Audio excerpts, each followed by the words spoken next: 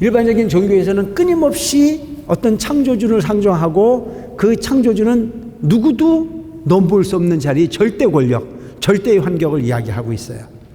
그래서 영원한 종이고 영원한 신으로 존재하고 있는 부분이 일반적인 종교의 흐름이라면 부처님은 내 자리를 어떻게 했어요? 내줘요. 반을 나눠서 준단 말이죠. 그러니까 이런 부분은 부처님이 이미 제세 시에도 그런 부분이 가르침이 존재하고 있었지 않습니까? 그러니까 가섭존자라고 하는 분이 두타행을 잘하는 가섭존자에게 세 번의 기회를 부여를 합니다. 내 법은 너와 통한다라고 하네요. 그래서 처음에 그 가르침이 염화시 중에 꽃을 들었다. 저희는 또 열애의 지혜로서 보살들을 위해 열심히 보이고 연사를 하기는 했사오나 저희 스스로는 이에 지원하지 않았나이다. 여기까지 했죠. 지원하지 않았다는 얘기는 뭐냐면 뜻을 두지도 않고 원하지도 않았다.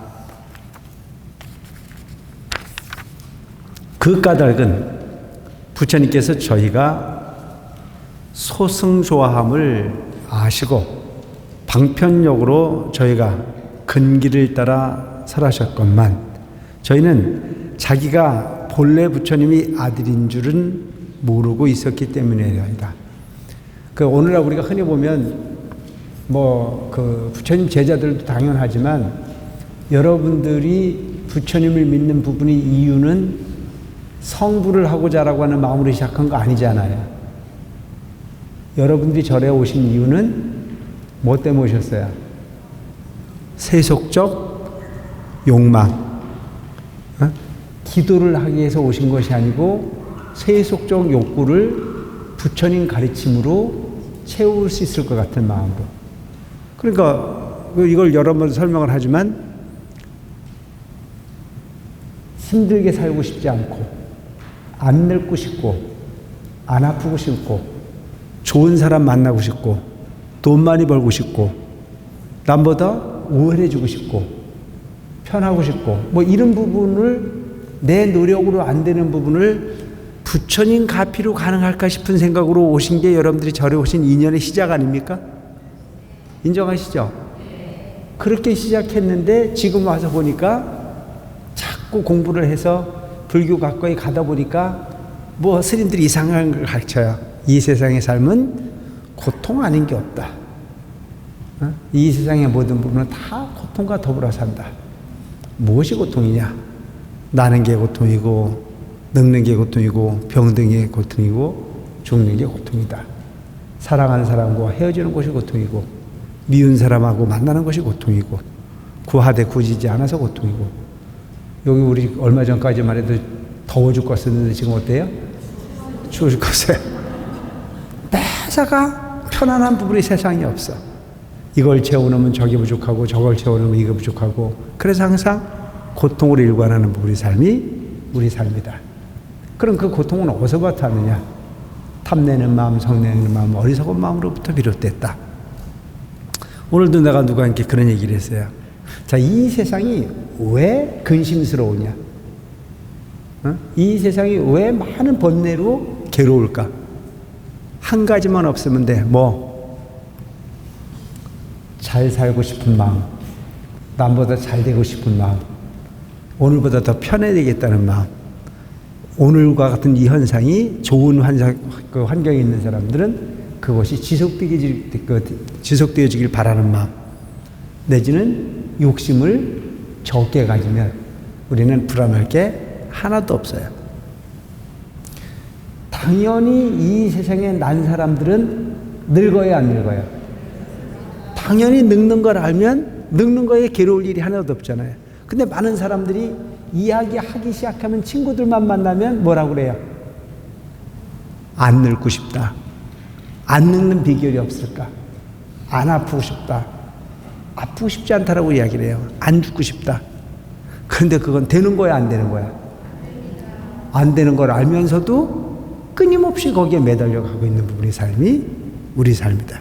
그래서 지금도 제일 잘 팔리는 게 뭐가 잘 파는지 알아요? 안 늙는 거, 안 아픈 거.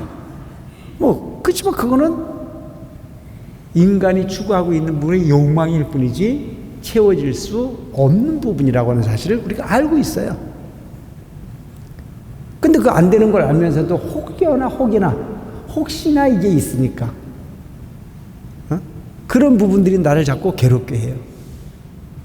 그러니까 예를 들어서 내가 계속 이야기하지만 이 세상의 가장 큰 부자는 만족을 아는 사람이 가장 큰 부자요. 이 세상의 가장 가난한 사람은 만족을 모르는 사람이다.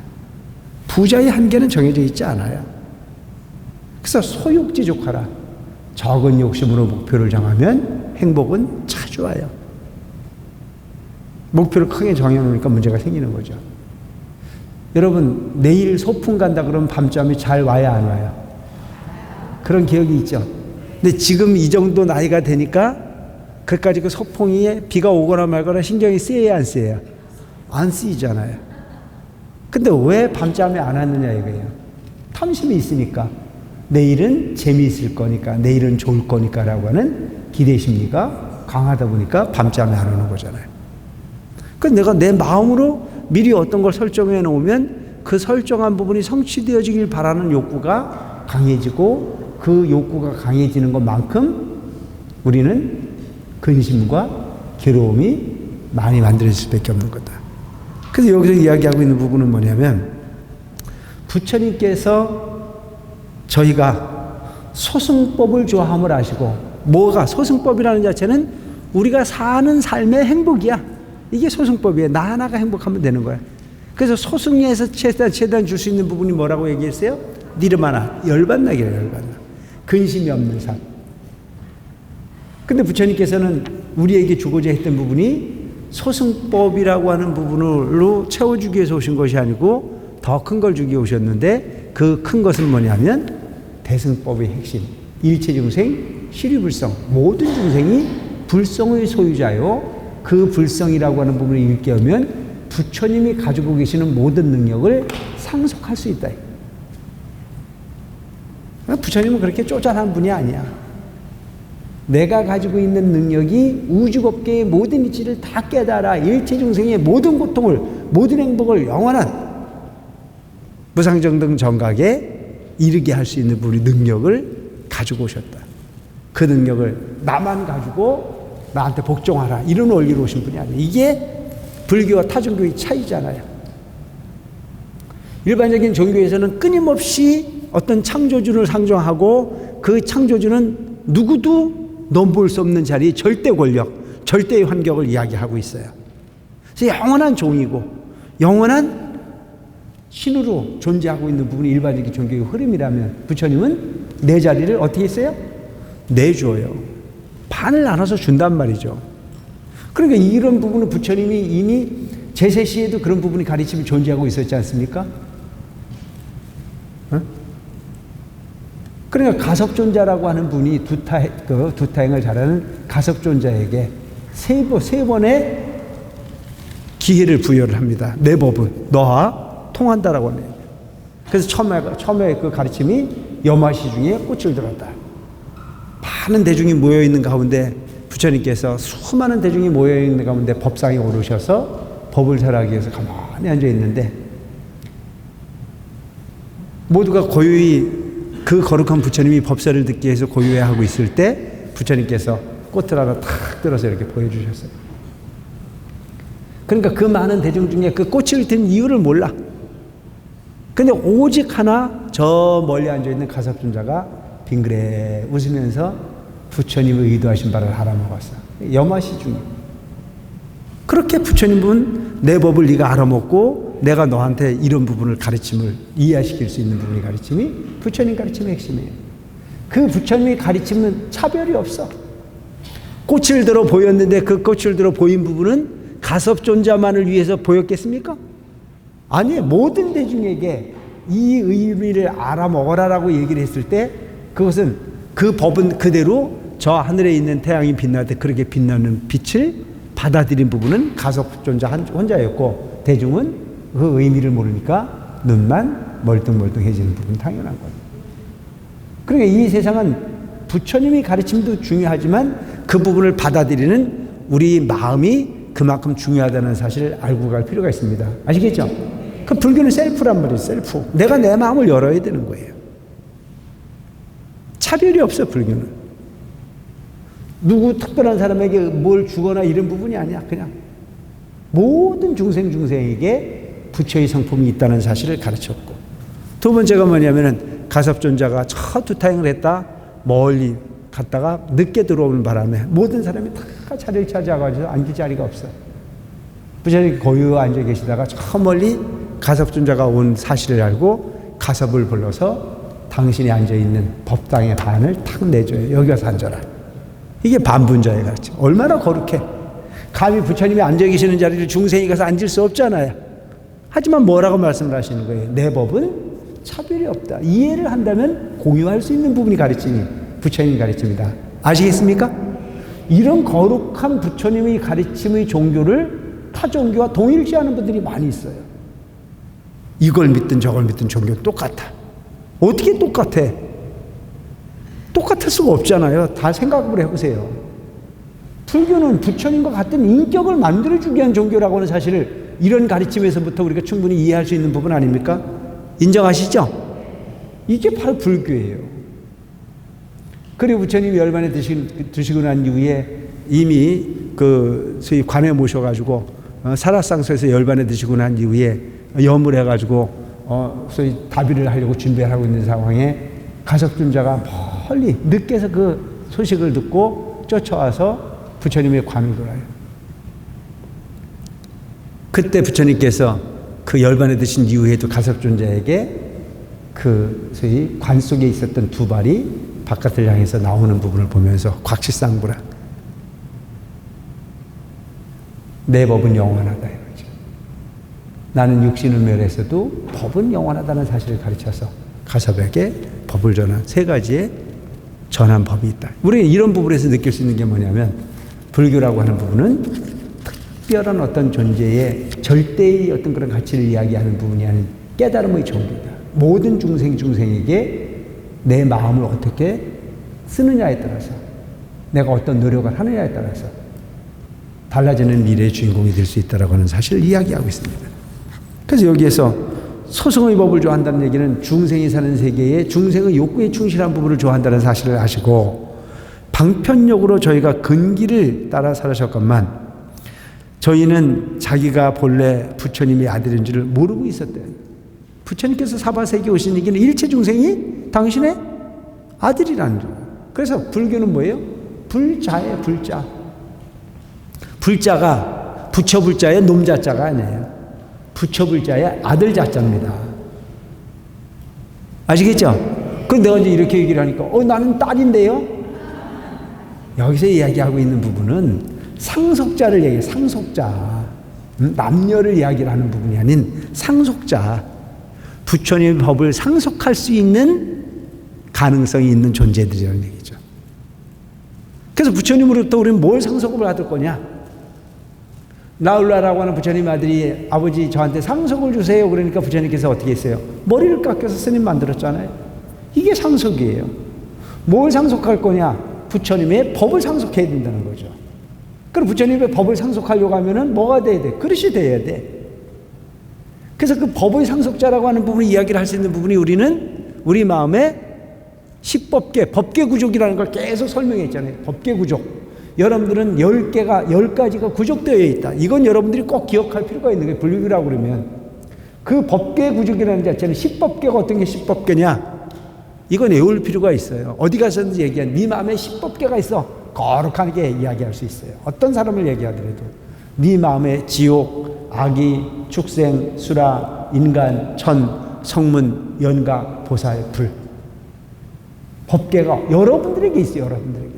우리는 이 과거의 불교를 잘못 이해할 때는 법계가 있다고 그러니까 십법계가 우주 공간에 있는 거를만 생각을 했는데 이 우주라고 하는 부분과 여러분들이 마음이 차별이 없어요. 우주가 아무리 넓고 커도 여러분들이 마음이 우주로 불러줘야 우주가 있는 겁니다. 인정하십니까? 뭔 얘기냐면 이 해성사 법당이 아무리 좋아도 와서 기도해보고 와서 공부해봐야 법당 좋은 걸 알죠. 그죠? 본 사람에게만 있는 세상이잖아요. 근데 안 온 사람은, 안 본 사람은 이 해상사법당이 좋다는 것을 경험해보지도 않고 사용해보지도 않았어요. 있는 겁니까? 없는 겁니까? 없는 거예요. 그러니까 내가 여러분들한테 옛날에 설명했던 게 뭐냐면, 이 세상에 존재하는 객관의 세계는 주관이 인식했을 때 존재한다. 아주 말이 좀 거룩해 보이죠? 이 세상에 존재하는 객관의 세계는 주관이 인식했을 때 존재한다. 뭐예요? 이 세상에 보여지는 모든 세계는 주관, 나라고 하는 부분이 인식했을 때 존재해. 그러니까 이 세상에 창조주는 여러분들 스스로가 창조주라는 사실입니다. 아시겠죠? 그럼 내가 뭘 창조할 거냐? 내 마음이 행복하면 세상은 행복한 세상의 창조가 되져요. 내 마음이 힘들고 고통스러우면은요, 이 세상은 하나도 안 행복합니다. 인정하세요? 재미있는 게 뭐냐면, 내가 뭔가 고통스러운 일이 닥치고 나면 남이 다 부러운 것만 눈에 보입니다. 내가 뭐가 지금 속상한 일이 생기고 내가 뭔가 힘든 일이 딱 닥쳐왔을 때는 평범하게 길만 왔다 갔다 하는 사람도 커 보여요. 무슨 얘기냐면, 내가 건강하게 있었는데 아무 생각이 없었는데 어느 날 갑자기 병원을 갔더니 내가 희한한 병이 왔대. 그래서 얼마 살지도 모르겠대. 그럼 하늘이 노래야 안 노래야? 그래서 그냥 평범하게 그냥 저 바깥에 길거리에 그냥 아무 이유 없이 왔다 갔다 하는 사람만 봐도 부러워요, 안 부러워요? 뭔 말인지 모르겠어? 부러워요, 그게. 그러니까 나의 불행은 상대가 행복하게 보입니다. 그게 세상의 이치예요. 그래서 내가 지금 너무너무 만족하면 사람들이 하찮아 보이길 수도 있어요. 그러니까 이 세상의 모든 부분은 뭐에 달려있다? 내 마음 하나에 달려있다는 사실을 꼭 기억할 필요가 있다는 얘기다. 아시겠죠? 그럼 그 마음이라고 하는 부분의 마음이라는 현상이 지금 우리가 살고 있는 이 세상에만 존재하고 있는 건 아니라는 거죠. 이것은 이 마음이라는 자체는 불생불멸 불구부정 부정불감이야. 늙지도 않고 줄지도 않고 죽지도 않고 나지도 않고 더럽지도 않고 깨끗하지도 않고, 우리가 반야신경 할 때 항상 이야기하는 내용이 바로 불생불멸 불구부정 부정불감의 주인공이 여러분들이 마음이라는 겁니다. 이 마음의 본성이라고 하는 부분이 지금 우리 현상 속에 와서 한 무대에 살고 있어요. 무대에 올라왔어요. 여러분들 지금 연극하는 거야. 이게 진실이 아니야. 부자 역할로 온 사람은 부자 노릇을 하러 오고, 고통받는 사람은 고통의 역으로 왔어. 그래서 꿈을 꾸듯 그냥 그 무대에 올라가서 우리가 그 역할을 하고 있는 거라고. 그래서 그 올라오는 길은 똑같아. 올라오는 길은 다 생이라고 하는 계단을 타고 올라왔어. 그래서 우리 삶이라고 하는 부분이 무대 속에서 우리가 지금 연극을 하고 있는 거라고. 그래서 그 연극 속에 월트 스님은 뭐야? 월트 스님 무슨 역할이야? 스님 역할이야. 역할이야, 역할. 여러분들은 무슨 역할이야? 불자 역할이야. 이제 역할이야, 역할. 그래서 이 역할을 하고 난 다음에, 그 역할을 다 하고 난 다음에 무대 밑으로 내려가야 안 내려가야? 그 내려가는 게 연극이야. 그러면 이 세상에 올라올 때 부자 역할을 할 놈도 그 계단 타고 올라오는 거고, 스님 역할을 하는 사람도 그 계단 타고 올라오고, 여기서 막 신나게 스님이다, 신도다, 뭐 출세를 했다 출세를 안 했다는 무대 속에 살고 있다가 때가 되면 그 무대 밑으로 내려갈 때는 부자도 그 계단 타고 내려가야 되는 거고, 스님도 그 계단 타고 내려가야 되는 거고, 불자도 그 계단 타고 내려가야 되는 겁니다. 아시겠어요? 그럼 내려가면 여기에서 무대에서 이루어졌던 부분은 다 한순간에 꿈결처럼 없어지는 내용이야. 왜 이래? 이게 아무것도 아니야. 근데 우리는 그 무대에 영원히 살 것처럼 착각하고 있는 거라니까. 근데 여러분들이 지금까지 역사적으로 존재하는 모든 존재를 한번 보라고요. 영원히 이 무대에 사는 존재가 있었느냐고. 있었어요? 없었어요. 그럼 우리 이 무대에서 뭘 준비를 해야 돼요? 이 무대에서 다음 무대를 준비해야 돼. 그걸 가지고 우리는 뭐라고 그래? 업이라고 해. 그래서 업장을 만들 거냐, 업적을 만들 거냐가 중요해. 응? 업장을 만들 거냐, 업적을 만들 거냐. 업장을 만든다는 자체는 장애를 만든다는 얘기잖아요. 업을 통한 장애를 만든다는 얘기예요. 업적을 만든다는 얘기면 누군가에게 많은 걸 베풀어서 받을 수 있는 울타리를 크게 쌓는다는 얘기예요. 쌓을 적자. 그래서 선업을 질 거냐, 악업을 질 거냐. 악을 중심으로 하면 장이 되는 거고, 선을 중심으로 하면 적이 되는 겁니다. 그래서 어떤 마음으로 살고 어떤 마음으로 나한테 업감이라는 자체를 쌓고 갈 거냐라고 하는 부분이 인생에 다라는 얘기죠. 그럼 여기서 이 무대에서 뭘 추억하고 갈 거냐라고 하는 게 중요하지 않습니까? 우리가 살고 있는 이 무대에서 어떤 추억을 만들어 갈 거냐가 중요해. 그래서 이 무대에서 소승이라고 하는 부분은 이 무대에 사는 부분이 모습으로서의 만족감만을 추구하고 있는 부분이 소승이라면, 대승이라는 자체는 이 무대가 아닌 저 무대에서부터 영원한 무대에 제대로 된 부분이 자리를 차지하기 위해서 나를 노력하는 것, 공부시키는 것, 나를 변화시키는 것이 바로 대승이라는 사실을 기억할 필요가 있다는 얘기입니다. 뭔 얘기인지 이해가 되죠? 바로 그거예요. 그래서 부처님의 가르침이라는 자체는 영원한 부분의 삶을 얘기해요. 영원한 부분의 삶.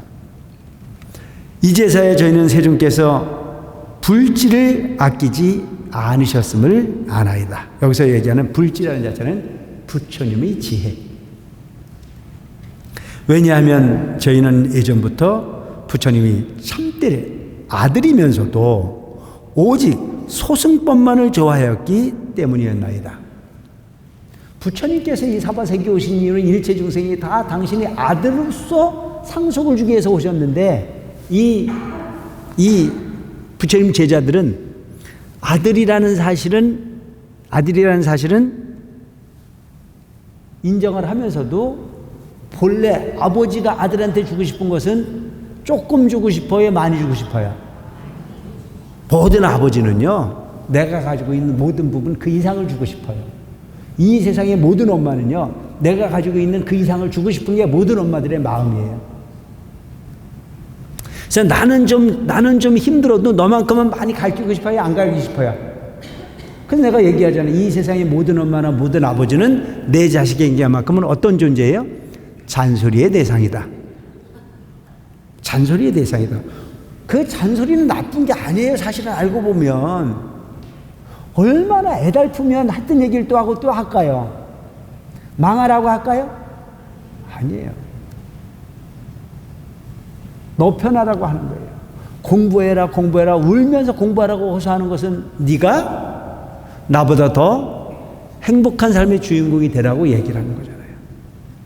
옷을 입어라 입은 데다 또 입으라고 이야기하는 그 엄마의 잔소리는 무엇을 위한 거예요? 멋부리다 감기 드는 것보다는 하나를 더 입어서 감기 안 드는 것 자체가 더 너를 위한 일이라고 하는 부분을 이야기를 하는데도 이놈은 뭐라고 그래요? 참 노인네가 돼가지고 멋을 모른다고 하고 앉았어요. 그러니까 그 멋이 별것도 아닌 멋인데도 겉멋이 들어가지고 그런단 말이죠. 그게 내가 경험해 본 바로 옷을 잘못 입으면 감기에 네가 긴 고통과 함께 할 수 있으니 그러지 말아달라고 하는 걸 애원하는 것이 엄마의 마음이듯이, 여기서 얘기하고 있는 부처님은 오직 당신이 가지고 있는 가장 큰 대승의 법을 주고 싶은데도 불구하고 이 철없는 제자들은 소승법을 좋아했나이다. 만약 저에게 대승법을 좋아하는 마음이 있었더라면 부처님께서는 저희를 위하여 대승법을 설하셨을 것이옵니다. 당연히 주고 싶은데 줄 마음이 없으니까 이 부분을 근기를 성숙시켜 주는 거잖아요. 그러니까 우리가 흔히 보면 우리 그 자녀분들이 보면 저를 위해서 온갖 걸 다 주고 싶어서 이야기를 하는데 철이 없을 때는 지만 기분이 나쁘면 밥을 먹는데요, 안 먹는데요? 예? 밥을 안 먹으면 누구 배가 고파요? 지 배가 고파야 되는데도 불구하고 그거는 생각도 안 하잖아요. 그냥 엄마 열받으라 이거예요. 엄마 속 썩으라 이거예요. 근데 그게 속이 썩는 이유는 왜 속을 썩어? 내 새끼를 사랑하니까. 내 자식이 귀하니까 속이 아프지. 직접 아픈 건 아니잖아요. 지가 안 먹으면 지 배가 고픈데도 불구하고 엄마는 그게 더 마음이 아픈 거야. 진짜 배가 고픈 게 아니고. 지금에야 이 경에서 오직 일승만을 선하시다. 이쪽에 보살들 앞에서 성문들이 소승법을 좋아함을 꾸짖으셨으니 그러나 부처님께서 실은 대승으로서 교화하심이나이다. 그러므로 저희는 말씀드리나이다. 본래부터 바라는 마음이 없었건만 지금 법왕의 큰 보배가 저절로 굴러왔으니 부처님의 아들로서 마땅히 얻을 바를 이미 다 얻었나이다. 그때 마하가섭이 이 뜻을 거듭 펴고자 개성으로 사리었습니다. 저희가 오늘 부처님이 가르치심을 듣자옵고 기쁨에 넘쳐 일찍이 없던 감격에 벅차나이다. 부처님께서 성문도 성불을 하리라 하시니 이 없는 보배를 구하지 아니했는데도 얻었나이다. 비유하건대 동자가 어리고 철이 없어 아버지를 떠나 도망쳐서 타관에 멀리 가서 여러 나라를 떠돈 지 50여 년이시다. 여기서 얘기하고 있는 부분은 뭐냐면 어린 아이가 아버지를 버리고 집을 나가서 50년 동안 방황을 하다가 그 아버지 성에 도착하지 않습니까? 그래서 그 아버지 성은 뭘 얘기를 하는 거냐면 대승을 이야기를 하는 거고, 부처님이 설법하신 그 이후에 성문영각 보살이 가르침이 실행되어졌던 아함경, 방등경, 반야를 설했던 요 시간을 일컬어서 성문영각 보살이 삼승의 가르침 이 부분을 일컬어서 소승으로서 방랑자 역할을 했던 시간을 이렇게 비유해서 설명을 하고 계십니다. 그 아버지는 근심하여 사방으로 찾아다니다가 지쳐서 어느 성에 정착하여 큰 집 짓고 오용락을 즐기었나이다. 그 집이 크게 부하여 금, 은과 자거, 만호, 진주, 유리와 코끼리, 말소, 양과 가마, 수레와 전덕과 시종, 일꾼이 많았사오며 나가고 들어오는 이잣돈이 멀리 다른 나라까지 미치며 그에 속한 장사꾼과 거가꾼이 없는 곳이 없으며 천만학 대중이 그를 둘러서서 공경하고 항상 왕의 사랑을 받으며 군신과 호족들이 다 존중했나이다. 이런 까닭으로 왕래하는 사람이 많고 부유하기가 이러하매 큰 세력을 지녔으나 나이가 늙어가매 아들 걱정 더욱 간절하여 주야로 생각하다가 죽을 때가 가까워지자 어리석은 자식 나를 두고 집 떠난 지 50여 년이라 창관의 많은 재물 어찌할꼬 하였나이다. 그때 궁한 아들의 의식을 구하느라 이 마을 저 마을 이 나라 저 나라로 떠돌면서 소득이 있기도 하고 없기도 하니 굶주려 야인 몸에는 부스럼도 나고 옴도 올랐나이다.